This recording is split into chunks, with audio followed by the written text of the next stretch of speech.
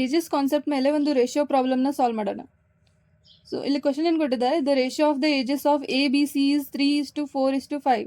ಇದರ ರೇಷಿಯೋ ಕೊಟ್ಟಿದ್ದಾರೆ, A B C ages ratio.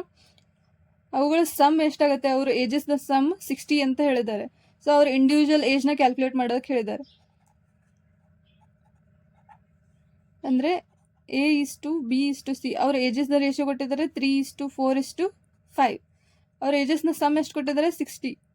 ಅಂದರೆ 3 ಪಾರ್ಟ್, 4 ಪಾರ್ಟ್ ಮತ್ತು 5 ಪಾರ್ಟ್ ಮೂರನ್ನು ಸಮ್ ಮಾಡಿದ್ರೆ 12 ಪಾರ್ಟ್. 12 ಪಾರ್ಟ್ನ ವ್ಯಾಲ್ಯೂ ನಮಗೆ ಎಷ್ಟು ಕೊಟ್ಟಿದ್ದಾರೆ ಅವರು 60.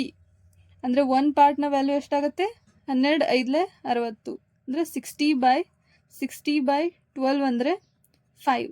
1 ಪಾರ್ಟ್ನ ವ್ಯಾಲ್ಯೂ 5 ಅಂತಂದ ಅಂದರೆ ಏಜ್ ಎಷ್ಟಾಗುತ್ತೆ 3 5 15. ಆ್ಯಂಡ್ ಬಿನ ಏಜ್ ಎಷ್ಟಾಗುತ್ತೆ 4 5 20. ಆ್ಯಂಡ್ ಸಿನ ಏಜ್ ಎಷ್ಟಾಗುತ್ತೆ 5 5 25. ಯಾಕಂದರೆ ನಾವು ಇಲ್ಲಿ 1 ಪಾರ್ಟ್ನ ವ್ಯಾಲ್ಯೂ ಎಷ್ಟು ಬಂದಿದೆ 5 ಅಂದರೆ 5 ಪಾರ್ಟ್ದ ವ್ಯಾಲ್ಯೂ 5 × 5 25. 4 ಪಾರ್ಟದ ವ್ಯಾಲ್ಯೂ 4 × 5 20. 3 ಪಾರ್ಟದ ವ್ಯಾಲ್ಯೂ 3 × 5 15. ಸೇಮ್ ವೇಯಲ್ಲಿ ನೀವು ಈ ಕ್ವಶನ್ನ ಆನ್ಸರನ್ನು ನೀವು ಸಾಲ್ವ್ ಮಾಡಿ ಹೇಳಿ.